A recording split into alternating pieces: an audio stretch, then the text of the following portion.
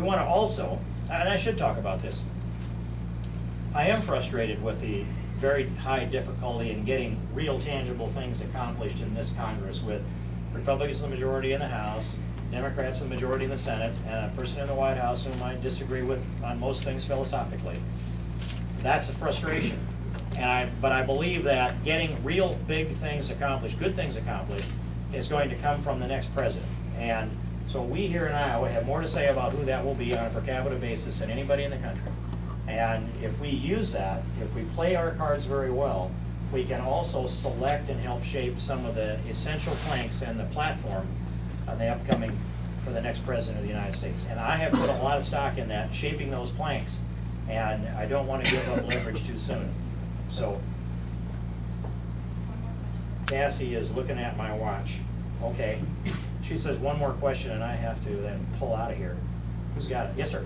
I want to, what do you read? John Gershbaum here from Spencer. We read in the paper and we see stuff that makes absolutely no sense whatsoever. Good example was the Skyjack boy that was killed in Minnesota, and it took us 6 years to get the culprit back to this country, and then we couldn't prosecute him because we couldn't give him a speedy trial. I mean, who comes up with this idiotic stuff? Good example, straw poll. Boy went down to the straw poll. $30, photo ID to vote in a straw poll. Democrats voted 26 to 24 that you don't need a photo ID to vote for president. I mean, who are the idiots, and what kind of medicine are you want to be able to deal with these? Well, it is, when you're first confronted with it, it's harder than after a little bit of time. But it's still always hard. I think the straw poll down in Des Moines was probably the cleanest election ever held in the state of Iowa. Picture ID in order to vote and a legitimate identification in order to vote.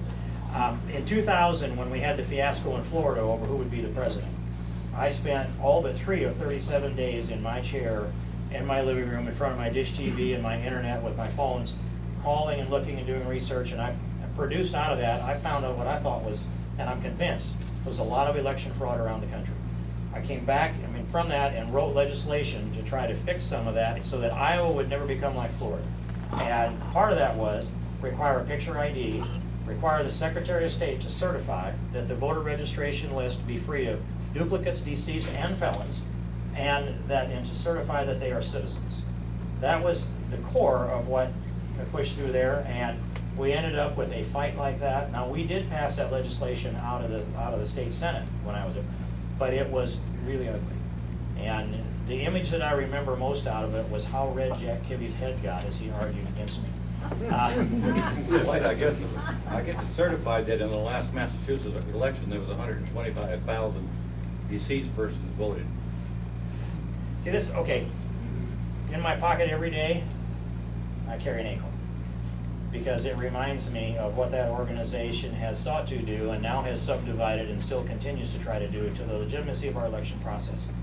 I've sat in the Judiciary Committee and argued aggressively with John Conyers and Jerry Nadler and others that I would rather lose elections as a Republican than I would see our election process be subverted or degraded, because the Constitution sits on our faith in legitimate elections. And if we lose, it isn't, our elections could be illegitimate, and if we believe they were legitimate, we'd honor them and we'd go on.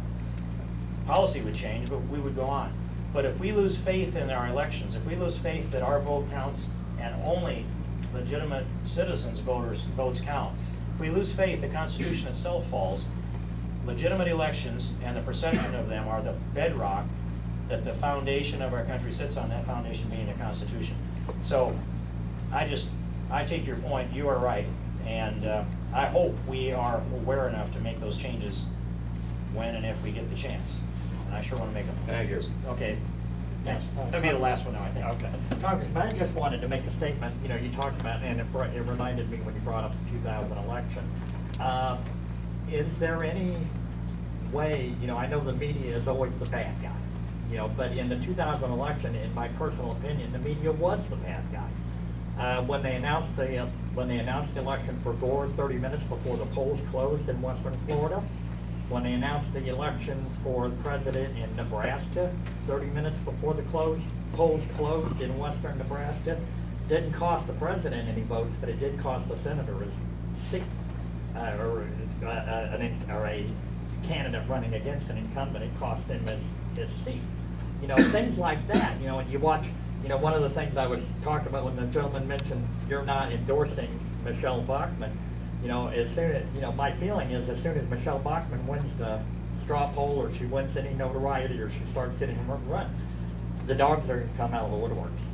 You know, and they're going to start digging through, and they're going to, you know, and that's part of that, you know, and I like it in a sense that, you know, they're going to, if they survive it, it's good.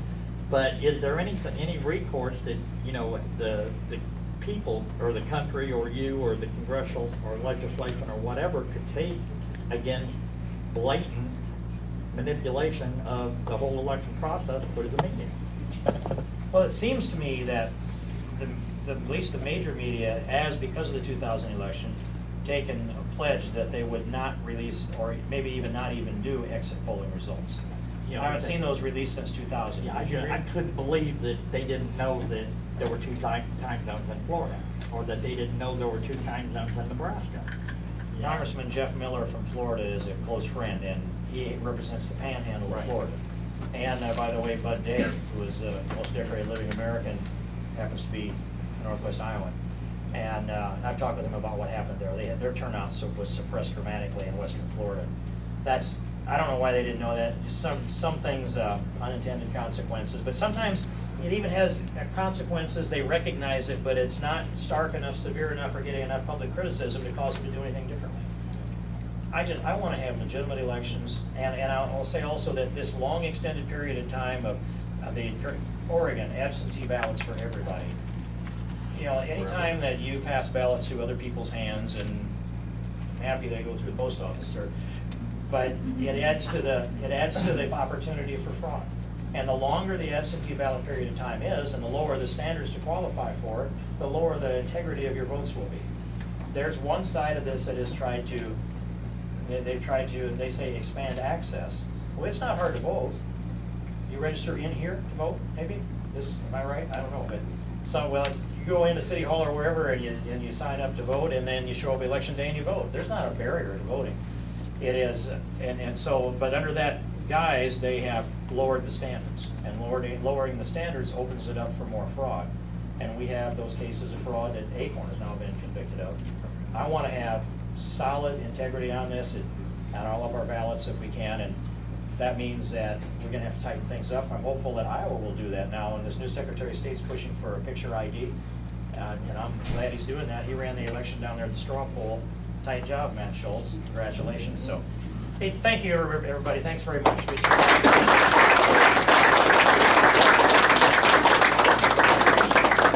need a fork or a spoon or anything? Okay.